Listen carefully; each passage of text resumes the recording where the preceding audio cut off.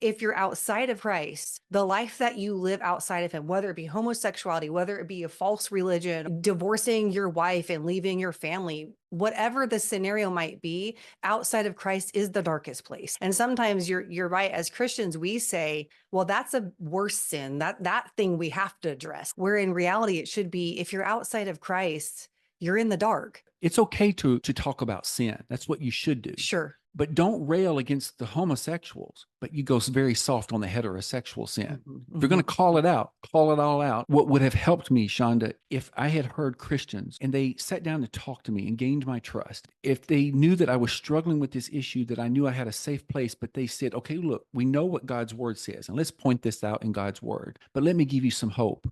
Let me show you how much God has invested in you. He knew you when he formed you in the womb. He knows the number of hairs on your head. To balance it out, to give that individual hope.